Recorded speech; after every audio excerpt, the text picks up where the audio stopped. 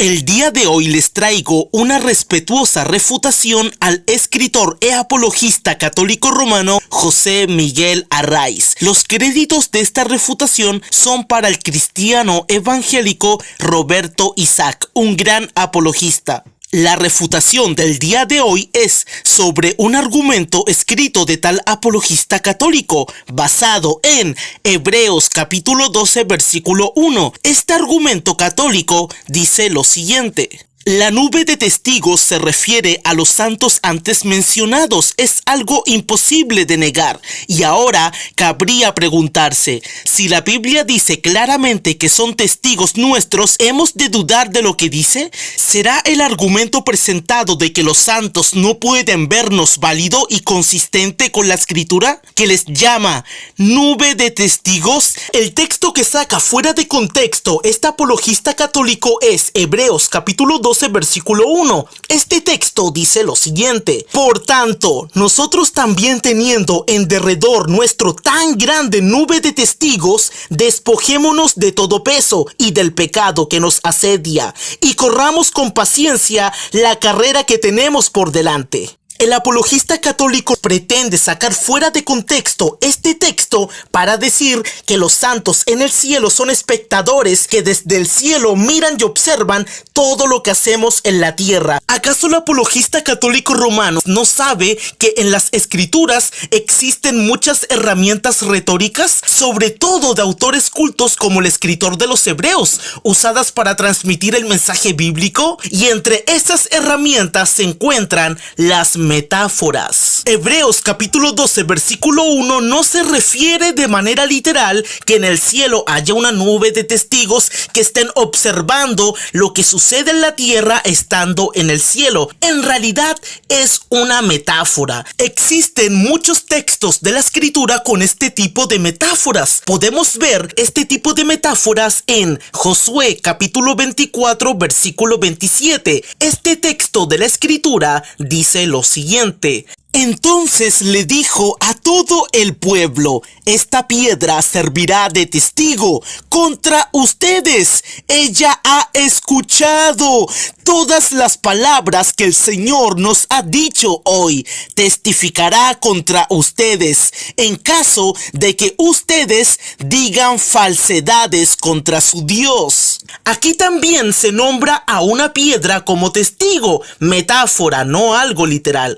Dice el texto que la piedra escuchó las palabras del Señor. Obviamente las piedras no pueden escuchar las palabras de Dios, ni tampoco los santos fallecidos del cielo pueden escuchar ni ver lo que sucede en la tierra. Simplemente en Hebreos capítulo 12 versículo 1 y en Josué capítulo 24 versículo 27 se está utilizando metáforas. Ni las piedras pueden escuchar voces, ni los santos del cielo pueden escuchar ni ver lo que sucede en la tierra mientras están en el cielo. Simplemente son géneros literarios metafóricos. También un montón de piedras fueron puestas como testigo entre el pacto de Labán y de Jacob. Génesis capítulo 31 del versículo 41 al versículo 48. Leamos Génesis 41 del versículo 46 al verso 48. Estos textos dicen lo siguiente: y Jacob dijo a sus parientes: recoged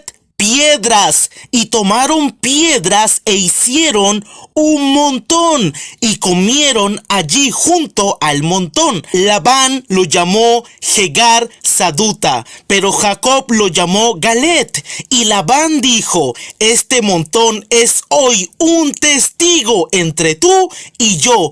Por eso lo llamó Galet. Como podemos observar, en el versículo 6 tomaron un montón de piedras y en el verso 48 llaman a ese montón, es decir, a ese montón de piedras, testigos. Obviamente esto es una metáfora, simplemente son géneros literarios metafóricos. Este tipo de género literario en metáforas lo podemos observar en Santiago capítulo 5 versículo 3. Este texto dice lo siguiente: su oro y su plata plata están oxidados, y ese óxido será un testigo contra ustedes y les consumirá el cuerpo como un fuego.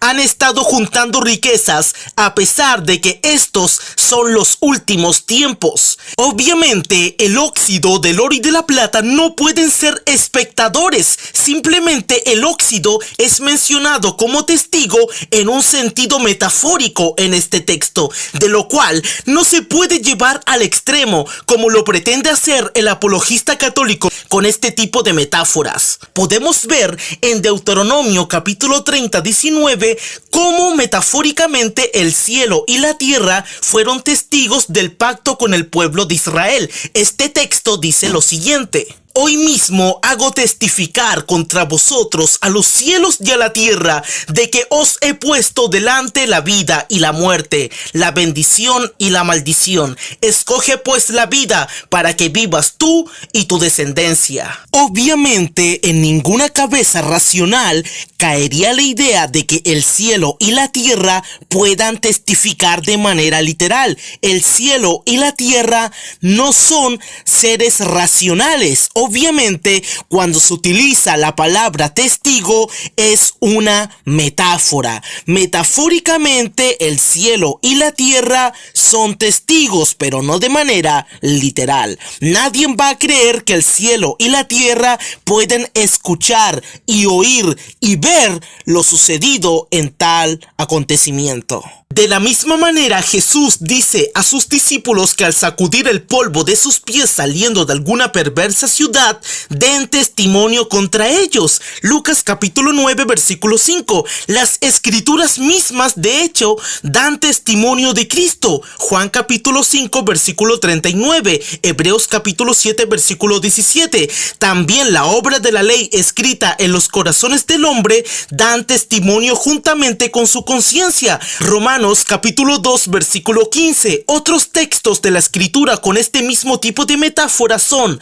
Romanos capítulo 9, versículo 1, Segunda de Corintios capítulo 1, versículo 12, el agua y la sangre dan testimonio, Primera de Juan capítulo 5, versículo 8. En vista de todo lo anterior y el uso metafórico que a menudo se le da a los testigos en las escrituras sagradas, concluimos que esto mismo sucede en Hebreos capítulo 12, versículo 1. Simplemente es una metáfora. Este texto no se refiere a santos que están en el cielo como espectadores viendo desde el cielo lo que sucede en la tierra de manera literal. El apologista católico lleva al extremo los géneros literarios. El erudito exegeta experto George H. Guthrie, el cual es considerado uno de los más grandes expertos sobre la carta a los hebreos del Nuevo Testamento, este erudito dedicado especialmente a la exégesis del libro de Hebreos,